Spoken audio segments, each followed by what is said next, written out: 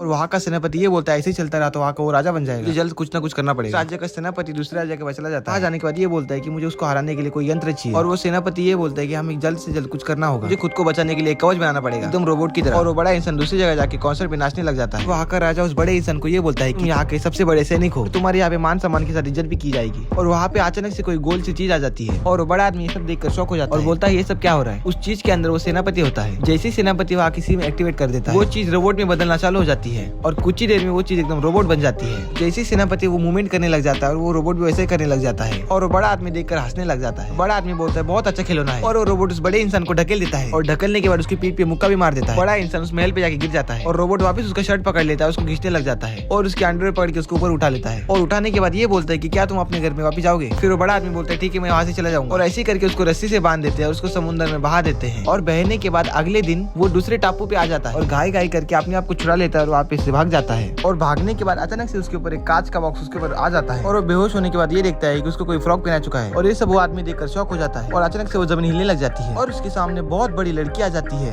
अगर आप zoom out करके देखोगे तो छोटी लड़की के लिए घर घर खेलने जैसा है। और ये स्टोरी आगे बहुत अच्छा मोड़ लेने वाली है। और वो बड़ी बच्ची उस आदमी को चाय पिलाने के लिए वहाँ पे बिठा देती है। बड़ा आदमी चाय नहीं पीता तो उसके मुंह में दूध की बोतल डाल देती है और बेहोश हो जाता है। आँख खुलने के बाद ये देखता है कि उसको कोई डायपर पहना चुका है, टॉय के साथ शादी करा देती है और उसकी पैर ऊपर उठा लेती है और उसको सुई लगाने लग जाती है। और वो आदमी छोटी बच्ची को बोलता है मैं आपके साथ गेम खेलने के लिए तैयार हूँ। फिर अगले दिन वापस वो बड़ी बच्ची आ जाती है और आने के बाद उसके सामने बहुत बड़ी एक डॉल आ जाती है और वो बड़ा इंसान चाय पीने की एक्टिंग करता है, वहाँ पे जाके सो जाता है। बड़ा इंसान मनी मन सोचने लग जाता है और बड़ा इंसान ये बोलता है यहाँ से जल्द बाहर निकलना पड़ेगा। फिर अगले दिन उसके साइज का एक टॉय दिखता है, उसको फाइटर प्लेन बोला जाता है। उसके सामने एक पायलट भी होता है और वो इंसान उसके पीछे से पैराशूट निकाल लेता है, उसको पैराशूट बांध के वहाँ से भाग जाता है और उस छोटी बच्ची को पता भी नहीं चलता और वो इंसान वहाँ से उड़ते उड़ते वहाँ से भाग जाता है। और बड़ा इंसान उस छोटे इंसान को आके बोलता है मेरी गर्लफ्रेंड कहाँ पे मुझे बताओ। छोटा इंसान बोलता है मुझे नहीं मालूम, ये सब जाके राजा को पूछो। फिर राजा उसको बोलता है, राजा बोलता है सेनापति तुम्हारी गर्लफ्रेंड को छुपा के रखा हुआ है। और बड़ा आदमी बोलता है मैं अपनी गर्लफ्रेंड को बचाने के लिए कुछ भी करूंगा। और वो राजा बोलता है क्या तुम उस रोबोट से वापस लड़ोगे। और बड़ा इंसान बोलता है ठीक है मैं उस रोबोट से लड़ने के लिए वापस तैयार हूँ, मैं अपनी गर्लफ्रेंड से लड़ने के लिए कुछ भी करूंगा। फिर अगले दिन वो सेनापति और बड़ा इंसान दोनों आमने सामने आ जाते हैं। वहाँ का सेनापति ज्यादा और कॉन्फिडेंट में होता है और वो सेनापति अंदर ही अंदर हंसने लग जाता है। बड़ा इंसान बोलते हैं प्लीज मुझे बता दो मेरी गर्लफ्रेंड तुमने कहाँ रखा है, मैं तुम्हें कुछ नहीं करूंगा, तुम नहीं बताओगे तो इसका अंजाम बुरा होगा। और वहाँ का सेनापति गुस्से में आ जाता है, उसके ऊपर हमला करने के लिए आगे पैर बढ़ा लेता है। वहाँ के आसपास के छोटे इंसान देखकर शॉक हो जाते हैं और ये सब वहाँ के महारानी और राजा भी देखने लग जाता है। और वो बड़ा इंसान लड़ाई करने के लिए तैयार हो जाता है और उन दोनों में वापस लड़ाई चालू हो जाती है और वो सेनापति उसको उठा के फेंक देता है और वो सेनापति उसको एक गन मार देता है और वो बड़ा इंसान उसको रोक देता है। वहाँ का सेनापति अल्ट्रा पावर मोड पे डाल देता है। जैसे ही सेनापति अल्ट्रा पावर मोड पे डाल देता है और सिर के अंदर लाल लाइट जलने लग जाती है। बड़े इंसान को करंट लगना चालू हो जाता है